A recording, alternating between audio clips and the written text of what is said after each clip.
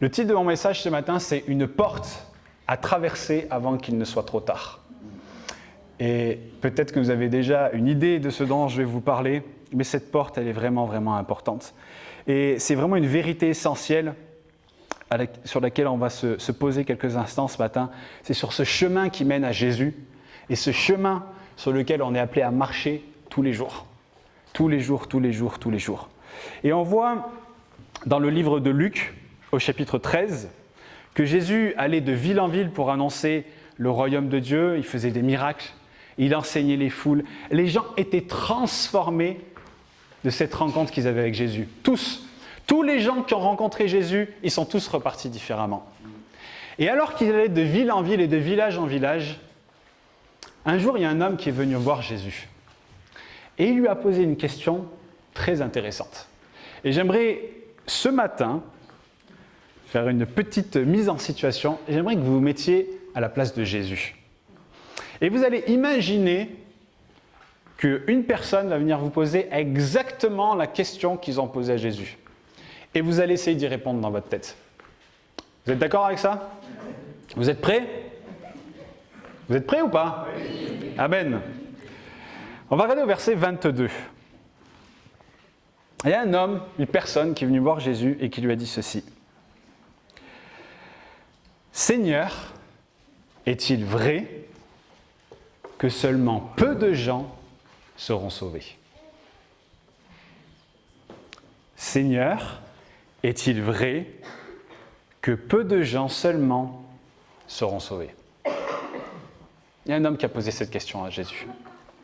Est-ce que vous avez déjà posé cette question? Est-ce qu'il est vrai que peu de gens seront sauvés?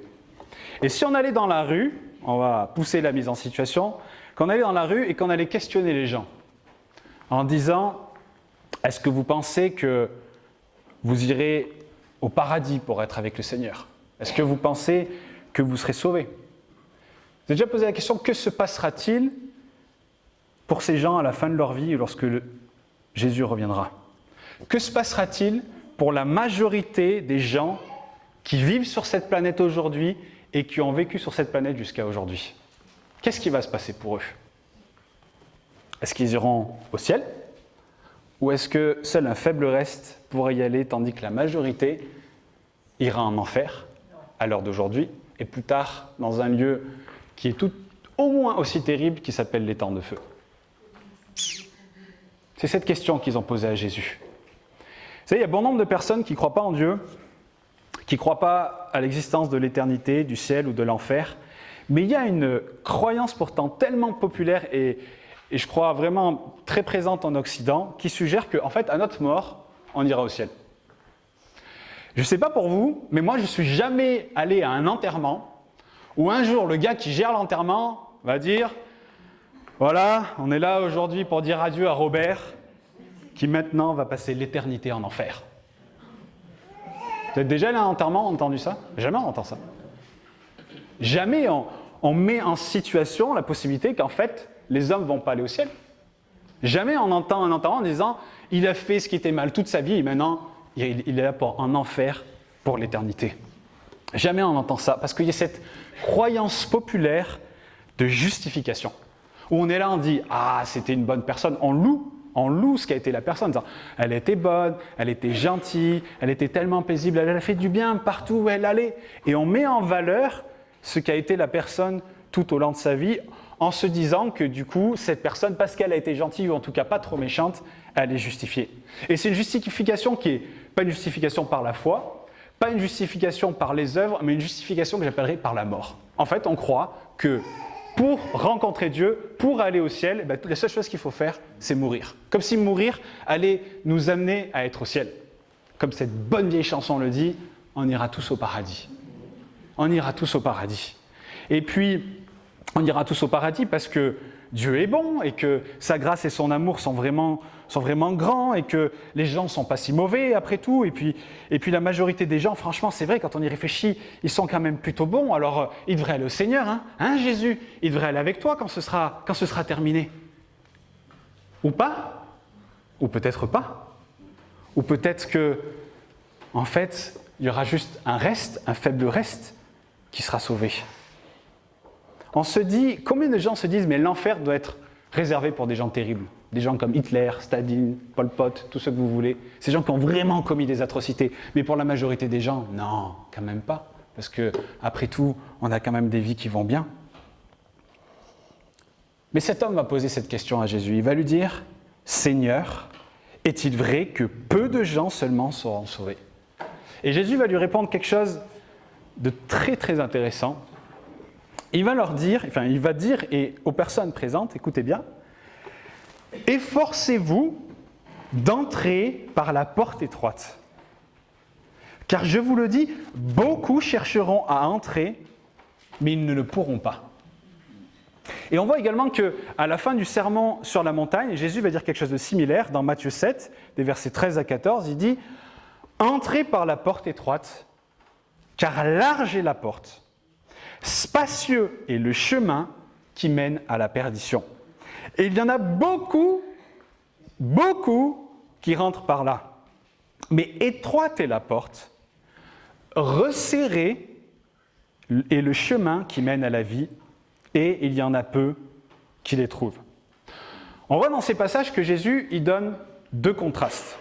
D'un côté, il parle de la taille d'un chemin et de la taille d'une porte, et de l'autre, il parle en fait du nombre de personnes qui vont emprunter ce chemin et qui vont passer par cette porte.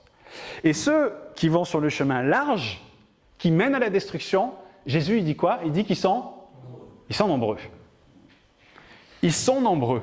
Il y a beaucoup de gens qui vont sur ce chemin qui est large, et il y en a très peu qui vont sur ce chemin qui est resserré. Maintenant, on va regarder concrètement qu'est-ce que ça veut dire. Qu'est-ce que Jésus ici nous dit concrètement ?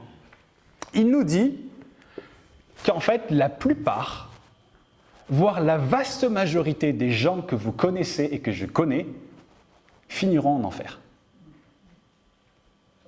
Vous êtes d'accord avec ça ou pas ? C'est ce qu'il dit. Il dit que la majorité, ils vont prendre ce chemin qui est large. Et ce chemin qui est large, il mène à la perdition.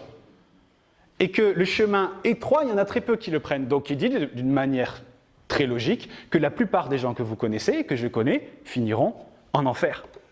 Et peut-être même qu'on pourrait se dire statistiquement que parmi le nombre qu'on est ce matin, que si certains mouraient ce matin, peut-être qu'ils se retrouveraient en enfer. Et on se souvient dans l'Ancien Testament l'histoire de Dieu qui a détruit le monde avec un déluge, parce que la Bible nous dit que chacun faisait ce qui était juste à ses propres yeux. Il me semble que c'est bien le monde, en tout cas, dans lequel on vit aujourd'hui. Et que sur le nombre d'êtres humains qui peuplaient la terre à ce moment-là, combien il y en a qui ont été sauvés ? 8 ? Une poignée ? Avec les doigts que j'ai sur mes deux mains, je peux faire plus que 8. C'était un faible reste, très peu de gens. Et aujourd'hui, face à cette vérité, eh bien, le monde est dans une opposition la plus totale. Aujourd'hui, on vit dans un monde, dans une culture, où chaque jour, la vertu la plus importante de toutes, c'est de voir large, d'avoir un esprit large, de tout accepter, de rien juger, que chacun fasse ce qu'il a envie de faire. Parce que surtout, il ne faut pas être étroit. Il ne faut pas être étroit dans notre esprit, il ne faut pas être étroit de quoi que ce soit, il faut qu'il y ait la plus large des mentalités, parce qu'en fait, il faut que chacun fasse ce qui lui semble bon, parce que c'est le monde dans lequel on vit aujourd'hui. Aujourd'hui, si vous avez un esprit étroit, on va vous dire que vous avez un problème. Et très honnêtement d'ailleurs, si vous vivez dans ce monde et qu'on ne vous dit pas que vous avez un problème, peut-être que le problème c'est vous qui avez peut-être un état d'esprit trop large. C'est juste une question qu'il est bon de se poser. Et on voit que cette culture, cet état d'esprit du monde dans lequel on vit, ouvre une énorme porte, un énorme chemin, et celui qui est à l'entrée de cette porte et l'entrée de ce chemin, c'est le diable. Il dit, mais venez, c'est assez large pour tout le monde, venez, peu importe qui vous êtes, venez, il y a de la place pour tout le monde. Venez. Par contre, il y a une chose qu'il omet de dire, c'est que ce chemin, il mène à la perdition. Maintenant, quand Jésus répond à cette personne, au verset 24, « Efforcez-vous d'entrer par la porte étroite, car je vous le dis, beaucoup chercheront à entrer et ils ne le pourront pas », il n'est pas en train de renier cette justification que nous avons par la foi, lorsque nous croyons dans ce qu'il a accompli. Il ne dit pas que c'est par nos propres forces ou par nos propres œuvres qu'on peut être sauvé, parce que ça aussi c'est vraiment un mensonge. Mais ce que Jésus met en lumière ici, c'est que ces personnes pensent qu'ils peuvent passer par la porte étroite tout en vivant sur le chemin spacieux. C'est ça le problème. Et je crois que c'est le problème de l'Église d'aujourd'hui. On croit qu'on peut passer par la porte étroite sans emprunter le chemin étroit qui mène à cette porte. Qui a envie de prendre un chemin étroit ? Qui a envie de prendre un chemin difficile sur une logique de seconde ? Personne n'a envie de prendre un chemin étroit. Et tous les jours, ce chemin large nous est proposé et il est proposé au monde. Et être sauvé et suivre Jésus, c'est pas ça. C'est pas emprunter le chemin large pour arriver à la porte étroite. Être sauvé et suivre Jésus, c'est marcher sur ce chemin étroit. Ça fait environ 15 ans que j'ai donné ma vie au Seigneur et j'ai l'impression que tous les jours, c'est de plus en plus dur de marcher sur ce chemin étroit. Et je pense à 2 facteurs pour ça, c'est que de plus en plus, le monde me propose un chemin qui est large et qui donne trop envie d'y aller, parce que je pense à aucun péché qu'il n'est pas sympathique de faire. Tous les péchés sont souvent très sympathiques à vivre. Et sans arrêt, notre chair, elle est titillée par le diable, sans arrêt en disant « mais fais ». Je parlais cette semaine avec d'ailleurs mon père sur ce sujet, et on se disait « mais c'est quand même fou, vous vous rendez compte ? On sait en fait ce qu'il est bon de faire. Et on sait ce qu'il est mal de faire. » Pensez à David avec Bathsheba. David connaissait le Seigneur. Il a vécu des choses incroyables avec Dieu. Dieu l'a délivré. Il était dans ce cœur à cœur avec Dieu. Pourtant, quand il a vu cette femme, il savait très bien qu'il ne fallait pas le faire. Ça veut dire qu'à un moment donné, on est tiraillé, on a cette connaissance de ce qu'on sait être juste à faire devant Dieu. Et en même temps, il y a cette pulsion de la chair qui nous dit « mais pétard, j'ai trop envie d'y aller ». Et il y a ce chemin large qui est là et qui nous est offert tous les jours. Et tous les jours, notre connaissance de Dieu, notre connaissance de la parole et le Saint-Esprit en nous vont être notre meilleur outil pour pas rentrer dans ces choses. En même temps, c'est ces choses-là qui sont titillées. Je suis seul ou... Ok, merci. Et tous les jours, on est là-dedans. Et je me disais, mais vous vous rendez compte à quel point la chair est puissante ? Combien les tentations que ce monde a à offrir sont puissantes pour que nous qui sachions ce qu'il y a de bien à faire, on n'arrive pas à le faire. C'est quand même fou, quand même.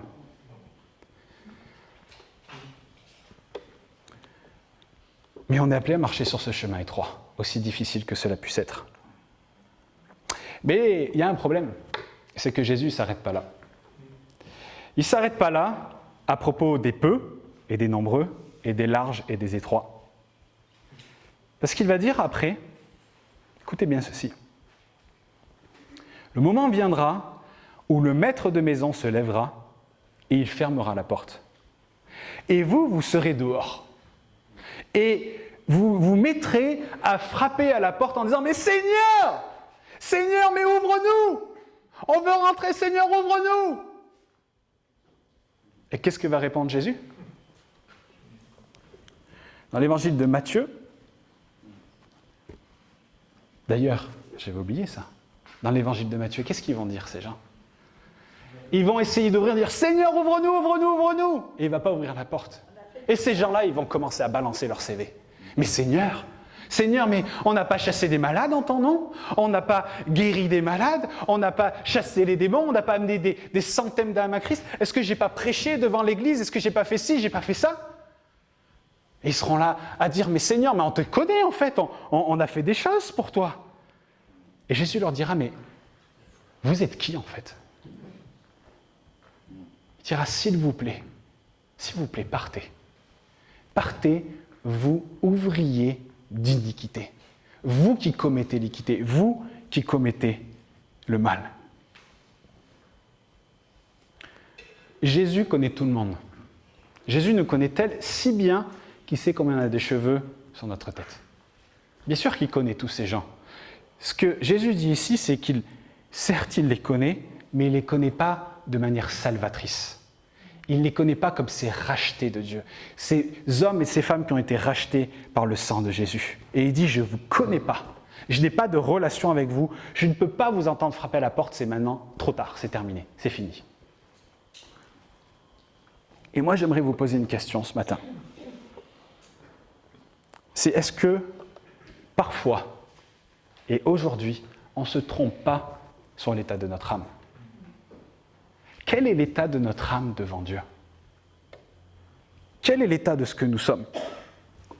Est-ce qu'on connaît tout un tas de choses à propos de Dieu ou est-ce qu'on connaît Dieu? C'est qu'il y a une différence fondamentale entre les deux. Moi, je connais plein de trucs à propos de Dieu, mais je vous garantis que je ne connais pas Dieu. Et est-ce que lui nous connaît comme il doit nous connaître? Quel genre de relation on a avec lui? Est-ce que la relation qu'on a avec Dieu, c'est de venir tous les jours et venir au distributeur et prendre ce qu'on a besoin quand on est en colère, quand on est triste, quand on ne va pas bien? Ou est-ce qu'on a cette relation quotidienne avec lui? Parce que juste après, il dit, alors vous vous mettrez à dire, encore une fois, n'avons-nous pas mangé et bu devant toi? On a pris la Sainte Seine avec toi, on a mangé, et puis tu as enseigné dans nos rues, mais moi j'étais là, j'ai vu de mes yeux quand tu as guéri le paralytique, j'étais là quand tu as guéri les yeux des aveugles, et j'étais même là, oh là là, au mariage, quand tu as changé l'eau en vin, mais c'était incroyable ce qui s'est passé, on a vu tes miracles, on a vu ta gloire, on a vu toutes ces choses.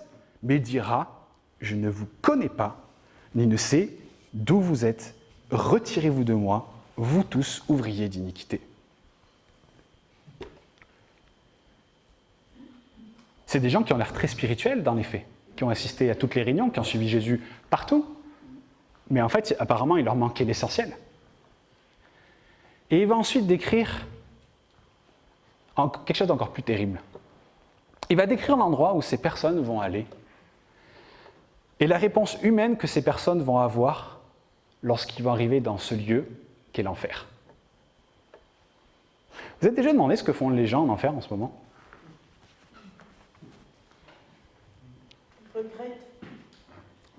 Ça sûrement. Moi, j'y pense souvent.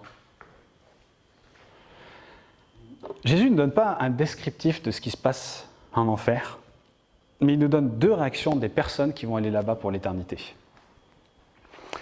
Il dit qu'il y aura des pleurs, et il dit qu'il y aura des grincements de dents. Certaines des personnes qui seront sur leur lit de mort et qui vont expirer pour la dernière fois et qui vont ouvrir leurs yeux et se retrouver en enfer n'auront même pas assez de larmes dans leurs yeux pour satisfaire leur besoin de pleurer. Ils diront, Jésus, mais qu'est-ce que je fais là? C'est pas possible. C'est pas possible, aie pitié de moi, je t'en supplie. Il doit y avoir quelque chose à faire, c'est pas possible. Non, mais il faut qu'on fasse quelque chose, il faut qu'on annule, il faut que je puisse sortir. Ça, ce sera les 3 premières secondes qui vont devenir leur éternité. Est-ce qu'on réalise? Imaginez fermer vos yeux et les réouvrir et être dans ce lieu de perdition où vous pleurez mais vous n'avez plus assez de larmes. Vous êtes dans des espoirs qui ne pourra jamais être étanché, une destinée qui est foutue pour toujours. Maintenant, il y a une deuxième catégorie de personnes. C'est ceux qui vont grincer des dents. Ces personnes-là, elles ne vont pas pleurer. Celles qui vont grincer des dents, c'est une métaphore biblique pour exprimer la fureur, la colère. Dieu, comment oses-tu me mettre ici? Moi, toi tu me mets ici, genre toi tu peux décider pour moi. Et ces gens qui jusqu'au bout vont rogner, ruminer, avoir de la fureur contre Dieu. Et je vous garantis une chose, c'est que tous les pleurs, tous les cris des damnés qui sont en enfer ne changeront rien au fait que la porte, elle restera fermée. Parce qu'une fois que cette porte sera fermée, elle sera fermée. Et je ne sais pas pour vous, mais moi je vous assure que j'ai vraiment pas envie de finir là-bas. Je ne veux pas me retrouver devant cette porte en disant « Mais Seigneur, j'ai été pasteur, j'ai prêché, j'ai prié pour les gens, je suis allé les visiter, j'ai fait tout ça. » Et d'entendre Jésus dire « Mais retire-toi de moi, toi qui commets l'iniquité. » Et je prie qu'aucun d'entre nous n'entende ces paroles. Je suis sûr, quand j'ai préparé ce message, je me suis pris une tarte, vraiment. J'ai analysé et j'ai regardé l'état de mon âme et je vous assure que je n'ai pas aimé ce que j'ai vu. Mais tellement de fois, je pêche contre Dieu. Tellement de fois, je fais ce qui est mal à ses yeux. Tellement de fois, je me sers moi au lieu de le servir lui. Tellement de fois, je combats ce qu'il vaudrait pour ma vie et je fais ce que moi, je voudrais faire. Tellement de fois, je donne des conseils aux gens sur ce qu'ils devraient faire alors que je ne le fais même pas moi.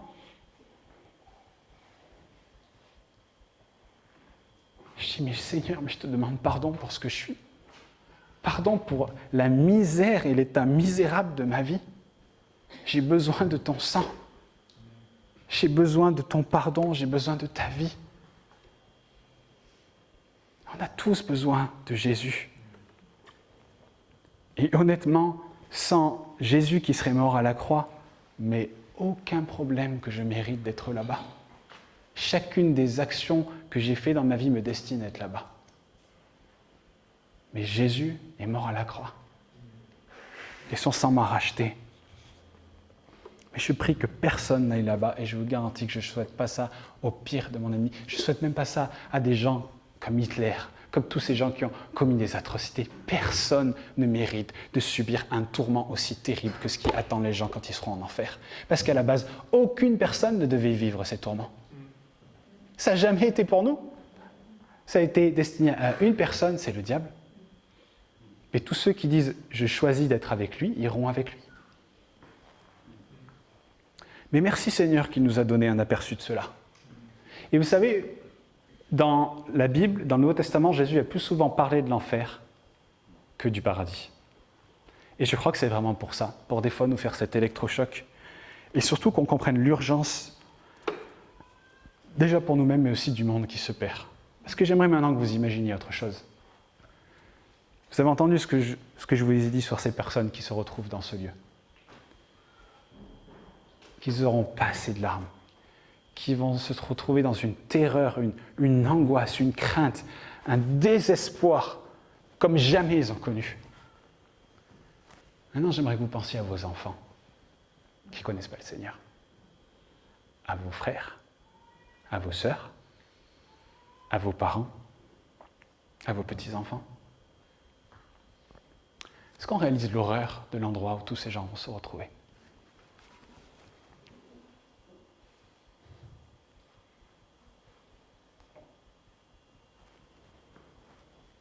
Depuis que j'ai eu mes 2 fils, je ne pensais pas qu'un tel amour, je ne pensais pas que j'étais capable de ressentir un tel amour.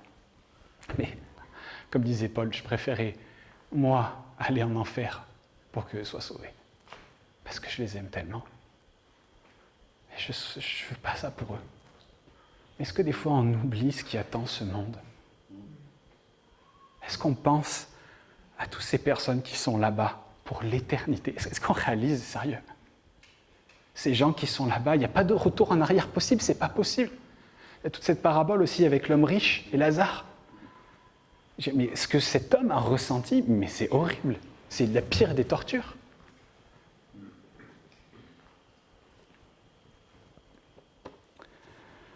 Il faut qu'on réalise ce qui attend ce monde. Et tous les gens qui marchent sur ce chemin qui est large. Et ce dont je vous parle ce matin, c'est pas ce que moi je pense, ou c'est pas l'avis de Monsieur Tout-le-Monde, c'est ce que la parole de Dieu dit. Et c'est un message qui est sans ambiguïté, il n'y a pas de choses à déblatérer. Vraiment que nous ayons cette terreur de l'enfer, pour nous-mêmes et pour nos proches, pour tous ceux qui ne connaissent pas Dieu. Et qu'on réalise que c'est notre rôle, c'est notre responsabilité de prier pour eux. Vous savez, on ne peut convaincre personne. C'est impossible de convaincre quelqu'un. Même moi, là, qui suis là, qui parle, je n'ai aucun pouvoir pour vous convaincre de quoi que ce soit. Il n'y a que le Saint-Esprit qui peut le faire. Et on ne doit jamais s'arrêter de prier jour et nuit pour nos bien-aimés. Parce que Dieu ira les chercher. On a un Dieu qui est tout-puissant. À un moment donné, moi je dis, est-ce qu'on croit qu'on a un Dieu qui est vivant ou pas ? Si c'est le cas, il faut qu'on prie en sachant qu'il est là, qu'il est vivant, qu'il entend, qu'il écoute, qu'il va répondre. Si ce n'est pas le cas, on vit une religion. Je le dis tout le temps, mais vous prenez l'islam, le bouddhisme, tous les ismes que vous voulez, Toutes les prières qu'ils font, elles ne servent à rien. Ils n'ont pas de Dieu qui peut leur répondre. Nous, on a un Dieu qui répond et on ne prie pas. Parce qu'on réalise des fois que ces gens prient 5, 6, 10 fois plus que nous, un Dieu qui n'existe pas et qui ne pourra pas leur répondre, et nous, on a un Dieu qui répond, on ne le prie pas. Pensez à vos enfants, à vos frères, à vos sœurs, à vos parents, à vos grands-parents et tous ces amis qui sont sur le déclin, qui d'une minute à l'autre peuvent partir. On a un Dieu qui est vivant. On a un Dieu qui entend nos prières. On a un Dieu vers qui on peut s'approcher et lui déposer nos fardeaux, lui déposer tout ce qu'il y a sur notre cœur en disant « Mais Seigneur, interviens ». Vous savez, je n'avais pas prévu de parler de ça, mais la prière, il y a 3 niveaux. Un niveau où on demande, le niveau où on cherche et le niveau où on frappe. Nous, des fois, on est là, on dit « Ah Seigneur, j'aimerais bien avoir ça ». Et il ne répond pas, on dit « Bon, ben, c'est pas grave, tant pis, j'arrête là ». Ça, c'est le premier niveau. Demandez, vous recevrez. Des fois, Dieu, dans sa grâce, on demande et il donne. Mais des fois, ça va prendre plus que ça. Ça va demander de chercher. Et chercher, ça nécessite de réorganiser nos vies, d'arrêter ce qu'on est en train de faire pour chercher la chose, comme cette femme qui avait une perle de grand prix et qui l'a perdue et qui a tout arrêté pour la trouver. Ou cet homme qui avait là aussi une perle dans le champ, j'ai inversé les deux, mais peu importe.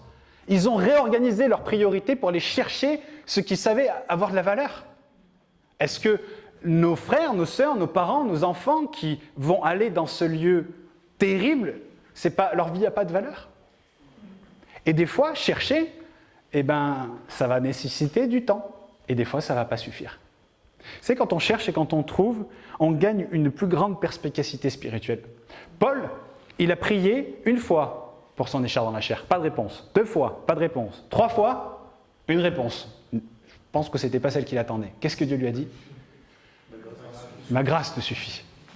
Donc, son écharpe n'a pas été ôtée, mais par contre, il a gagné une plus grande connaissance de Dieu. Il a gagné en perspicacité spirituelle. Il a compris quel était le plan de Dieu pour sa vie, même dans la faiblesse. Et puis après, il y a le 3e niveau. C'est le niveau où on frappe.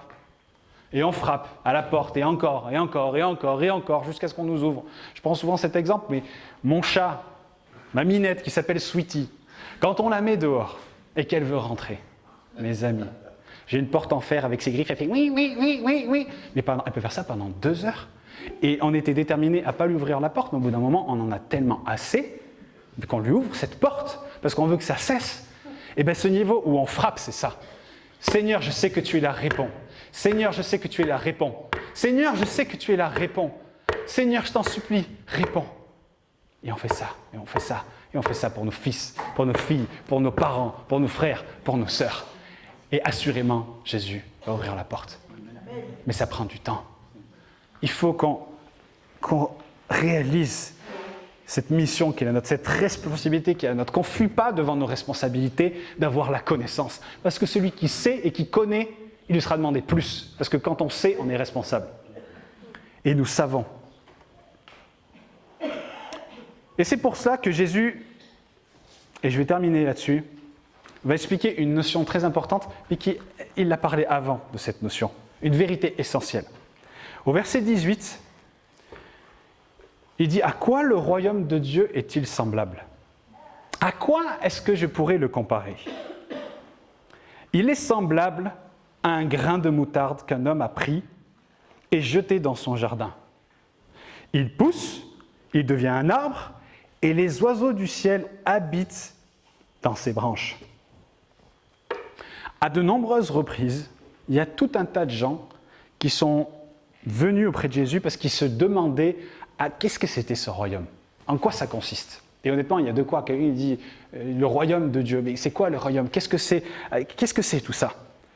Et Jésus va leur répondre que c'est comme un minuscule et tout petit grain de moutarde, une toute petite graine. Vous savez, les grains de moutarde, c'est tout petit. Et il dit, c'est comme ce petit grain que vous plantez, que vous arrosez, et qui petit à petit va transpercer la terre et commencer à grandir, et à grandir, et à grandir, tellement grand, tellement feuillu, tellement touffu, que des oiseaux de toute espèce vont venir dans ces branches. Ils ne vont pas venir pour quelques secondes, quelques instants, ils vont venir pour y habiter. Ils vont venir y demeurer, ils vont venir y rester à l'ombre de cet arbre. Et le royaume de Dieu est quelque chose qui commence si petit que c'est imperceptible. mais qui fleurit, grandit et s'étend au monde entier. Mes amis, il y a une chose qu'il faut qu'on réalise, c'est qu'on est des grains de moutarde dans un monde en perdition. On est des grains de moutarde dans un monde immoral, inique, barbare, violent, méchant. Mais Jésus nous a envoyés dans ce monde comme des grains de moutarde, pour qu'on y soit plantés. Et que de là, on amène quelque chose de différent. Et que tous les oiseaux qui sont là dans ce monde inique, immoral et tout ça, ils viennent goûter à quelque chose de différent. Oui. Et que leur vie soit transformée, que leur vie soit changée. Peu importe la souillure du monde, l'immoralité, la violence environnante, qu'on arrête de pleurer en disant « Ah là là, que le monde est terrible ». Le monde a toujours été terrible. Et en l'occurrence, il est déjà moins terrible maintenant que ce que ça a eu été avant. On vit dans un monde terrible, certes, mais est-ce qu'on connaît notre roi ? Est-ce que vous croyez que Dieu est là en disant « Oh là là, cette souillure est tellement grande et la tâche est tellement épaisse que je ne peux pas la nettoyer ?» On a un Dieu qui est le roi des rois, le Seigneur des seigneurs. Il peut tout. Il peut tout. Il peut tout changer, tout transformer. Même les vies les plus souillées, il peut les purifier. Ça, c'est notre roi des rois. Qu'on arrête de s'alarmer devant la souillure de ce monde, puisque Dieu est plus grand. C'est-à-dire que là où le péché abonde, la grâce surabonde. C'est-à-dire que la grâce a un pouvoir qui est plus grand que la puissance du péché. Et oui, on vit dans un monde où la puissance du péché, elle se déchaîne. Mais connaissons-nous la grâce que nous avons en Jésus-Christ ? Est-ce qu'on la connaît pour arrêter d'être affolés face à tout ce que ce monde nous renvoie ? Parce qu'il y a plus. Qu'on soit vraiment ces grains de moutarde, qu'on soit ces arbres plantés qui vont pouvoir accueillir tous ces oiseaux du ciel, qu'on soit ce faible reste, que nous soyons de ce peu à qui Jésus ouvre la porte, qu'on reste sur le chemin étroit sans vaciller ni de droite ni de gauche, dans notre croyance, dans notre espérance, face aux luttes, face aux combats, face aux doutes, face à l'opposition. Ça, moi, je ne connais pas vos vies. Mais très certainement, vous luttez. On lutte tous. On lutte tous. Mais notre foi doit rester inébranlable. J'ai découvert il n'y a pas très longtemps que les premiers chrétiens étaient appelés les gens du chemin. Les chrétiens du chemin. Parce que c'était ça. Ces hommes et ces femmes qui marchaient sur un chemin et ils vacillaient ni à droite ni à gauche. Ils restaient sur ce chemin. Alors pour terminer, j'aimerais vous poser cette question. Et vraiment que vous preniez le temps et que le Saint-Esprit emporte ces paroles. Quel est l'état de votre âme devant Dieu ? Est-ce que vous faites partie du peu de gens ou est-ce que vous faites partie des nombreux ? Est-ce que vous êtes des ouvriers d'iniquité feignants de servir le Seigneur, feignants de le connaître, ou est-ce que vous le connaissez vraiment ? Je prie vraiment que notre réponse soit qu'on fait partie du peu. Mais si ce n'est pas le cas, ce n'est pas trop tard. Si ce matin, ce que vous entendez vient vous percuter comme un camion, c'est bon, c'est une bonne chose. Et si, à la lumière de ce que vous entendez, vous vous apercevez que peut-être vous vous mentez à vous-même, que vous êtes sur ce chemin large, il n'est pas trop tard. Et puis peut-être qu'il y en a parmi vous, vous ne connaissez pas Jésus. Vous ne connaissez pas Jésus comme le sauveur de votre vie et surtout comme le Seigneur de votre vie. Mais la Bible nous dit que Jésus a pris sur lui la condamnation qui nous était destinée, qu'il a pris sur lui tout ce que devait entraîner notre péché et nos iniquités. Si vous avez l'impression de chercher un sens à votre vie, si vous avez l'impression de chercher une paix que vous ne trouvez pas, eh bien j'aimerais vous dire c'est normal. Parce que tout ça, ça peut être trouvé que dans la personne de Jésus-Christ. À ce philosophe Blaise Pascal qui a dit un jour, tous les hommes de la terre ont dans leur cœur un vide en forme de Dieu. Vous pouvez prendre toutes les pièces de puzzle, derrière tout ce que vous voulez, faire du yoga, des trucs d'énergie, de chercher, de faire des formations sur votre identité, votre potentiel. Vous pouvez essayer d'être bon par vous-même. Jamais vous pourrez combler cette pièce de puzzle. Il n'y a que Jésus qui peut le faire. Il n'y a qu'en Dieu qu'on peut trouver ces choses. Et si ce matin, il y en a qui ne connaissent pas le Seigneur, j'aimerais vous dire quelque chose avec beaucoup d'honnêteté. donner notre vie au Seigneur et suivre Jésus, ça ne va pas rendre votre vie facile, ça va la rendre plus difficile. S'il y a des gens qui vous ont dit le contraire, c'est complètement faux, c'est un mensonge. Marcher avec Dieu, c'est difficile. Et pourquoi c'est difficile ? Parce que c'est un chemin qui est étroit et qu'on dit non à toute la largesse que ce monde a à offrir. Par contre, la différence, c'est que Jésus a dit qu'il serait avec nous tous les jours, jusqu'à la fin du monde. Il sera avec vous tous les jours dans tous les problèmes que vous pourrez rencontrer, toutes les choses difficiles que vous pouvez vivre, il sera là avec vous. Et il va vous aider.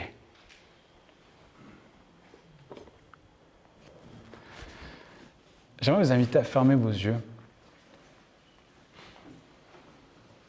Et on va laisser le Saint-Esprit nous parler. Si ce matin, il y en a, vous êtes interpellés par ce message. Si vous voyez que, en étant un peu honnête, vous marchez sur ce chemin large et que vous voulez renouveler peut-être votre engagement envers le Seigneur, je vous invite à venir devant. Si ce matin, il y en a, vous ne connaissez pas Jésus comme votre Sauveur, comme votre Seigneur, que vous n'avez jamais fait cette démarche de dire « Jésus, je crois en toi, je m'abandonne à toi et je veux que tu sois le Sauveur et le Seigneur de ma vie. Je te demande pardon pour mes péchés. Et je veux maintenant changer de vie et marcher avec toi. » Si vous n'avez jamais fait cette démarche, restez pas dans l'état dans lequel vous êtes. Bien souvent, on sait ce qui se passe dans des moments comme ceux-là. On croit qu'on a le temps et on croit qu'il y aura une autre opportunité. Peut-être parmi vous, demain, il y en a qui ne seront même plus encore en vie. Parce que qu'est-ce que notre vie ? Quel contrôle avons-nous ? On n'a aucun contrôle. Et parfois, nos plus tard, ils se transforment en trop tard. Alors si ce matin, le Seigneur vous parle, la Bible nous dit, si Dieu vous parle, n'endurcissez pas vos cœurs. C'est aujourd'hui le jour du salut. Ne restez pas dans ces choses-là. Et si vous souhaitez faire cette démarche, avancez-vous, on va prier pour vous. Et on va vous aiguiller dans les premiers pas de ce chemin. Vous savez, des fois on a honte de faire cette démarche. Mais qu'est-ce que notre réputation ? Qu'est-ce que l'image de notre spiritualité face à l'éternité qui nous attend ?